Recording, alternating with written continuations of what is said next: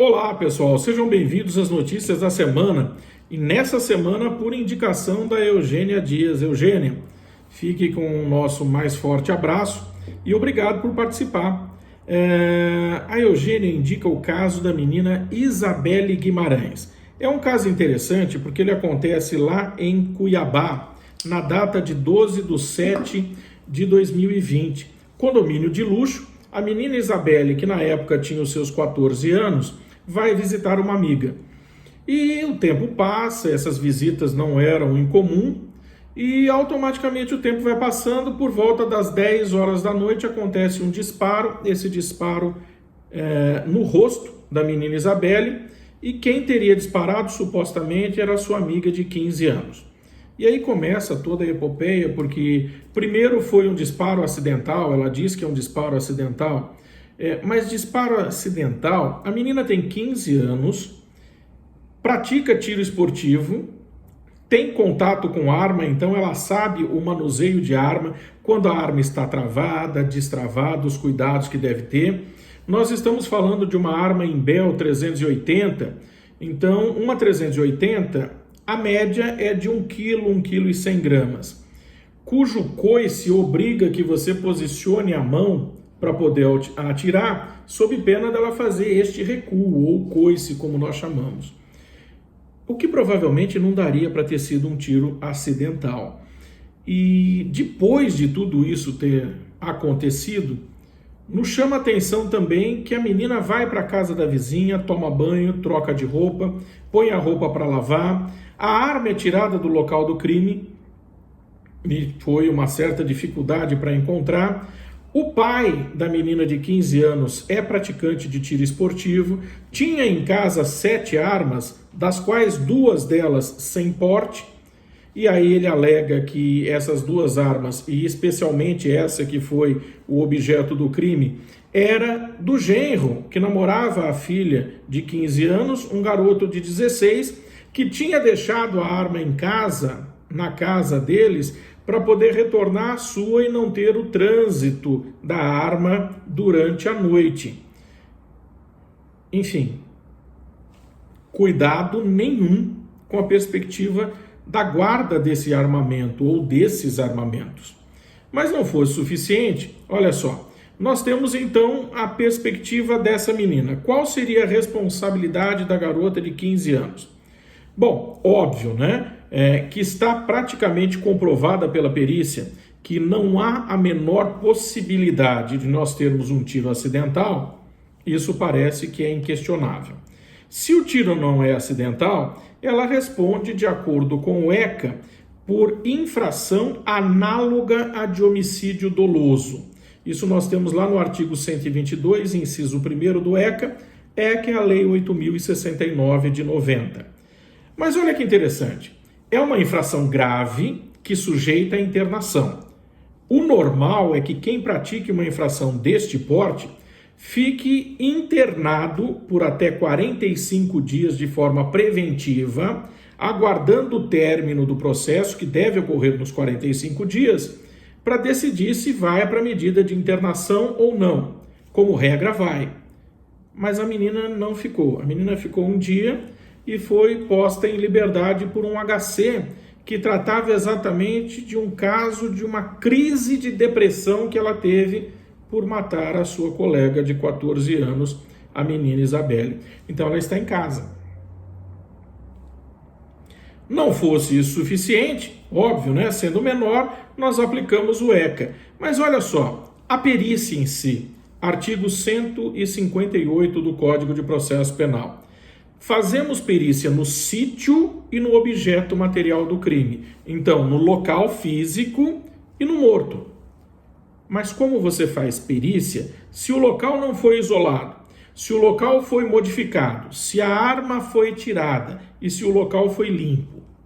Óbvio que essa perícia não vai servir para muita coisa, muito pelo contrário, né? Então, totalmente o sítio foi desmantelado. Quando um crime acontece, o comum é você chegar com aquela fita zebrada e isolar o local do crime para que nós tenhamos a possibilidade de ter elementos para o processo. Foi destruído pelo pai da garota de 15 anos, talvez por ela ou outros familiares que estavam presentes. Fato acontece às 10, por volta de 10h30 nós temos a chegada do resgate da polícia e não tem muito o que fazer, a garota Isabelle tomou um tiro no rosto. Responsabilidades para o pai. O pai vai responder, ao que tudo indica, por fraude processual, artigo 347 do Código Penal, porque inovou a cena do crime. Deve responder também por entrega de arma a menor de 18 anos. Cuidado aqui, porque olha só, o artigo 242 do ECA, que fala deste crime, ele tem duas limitações. Uma delas, o próprio Estatuto do Desarmamento, que prevê a possibilidade do crime, mas tem um decreto presidencial de número 9785 de 2019, onde o nosso presidente permite que a arma seja entregue a menores de 18 anos para a prática do tiro esportivo. Então existe a possibilidade deste crime não ser aplicado. E nós teríamos como crime final o homicídio culposo, porque ele deixou a arma à disposição da filha de 15 anos. Ok? Então são 3 tipificações: fraude, entrega a menor de 18 anos de arma de fogo e homicídio culposo. Agora, no contexto das possibilidades, quais são? Vamos entender o seguinte: o ECA não determina medida de internação de até 3 anos, ou de 3 anos, perdão. Diz que é até 3 anos. Isso significa que se essa garota for condenada, ela automaticamente vai para uma instituição, hoje conhecida como Fundação Casa, e lá ela permanece por 6 meses. 6 meses depois, ela vai passar por uma perícia composta por psiquiatra, psicólogo e assistente social, que na verdade não é assim. Na verdade, teremos um assistente social, o diretor do estabelecimento, e se ela mostrar melhoras, ela sai da medida de internação para a medida de semi-internação. Significa que todo final de semana ela pode voltar para casa e ficar em casa. Retorna durante a semana. 6 meses depois, ela passa por uma nova perícia. E se ela melhorou mais um bocadinho, então ela volta para o que nós chamamos de medida assistencial. Essa medida de liberdade assistida, que é o nome correto, é em casa. Ela fica em casa, está em casa sob responsabilidade dos pais e, teoricamente, não volta mais para o sistema, a Fundação Casa. Isso se seguir as medidas do ECA, porque tem estado, como Goiás, por exemplo, que não faz isso. Goiás cumpre essas observações a cada 3 meses. Então, em 6 meses, ela já pode estar em casa. No caso da menina aqui de 15 anos, talvez 1 ano no máximo, e ela já vai estar de volta à família. Bom, o que dá para fazer? A mãe, então, vai ao Fantástico e diz o seguinte, que ela quer justiça, ela quer que quem deu o tiro seja preso e responda pelo que fez. A melhor coisa a se fazer é buscar o artigo 268 do Código de Processo Penal, que possibilita um assistente de acusação, um advogado assistente de acusação. Qual é a função desse advogado? É simplesmente auxiliar o Ministério Público fornecendo provas, trazendo documentos e detalhes que talvez o Ministério Público não tenha percebido, para alcançar uma condenação. Se houver uma absolvição, ele pode inclusive recorrer, buscando a condenação e uma eventual indenização, tanto no caso do ECA, da menina de 15 anos, como do seu pai, para que então nós tenhamos a satisfação do crime, se de fato for caracterizado como crime tanto para um quanto para outro.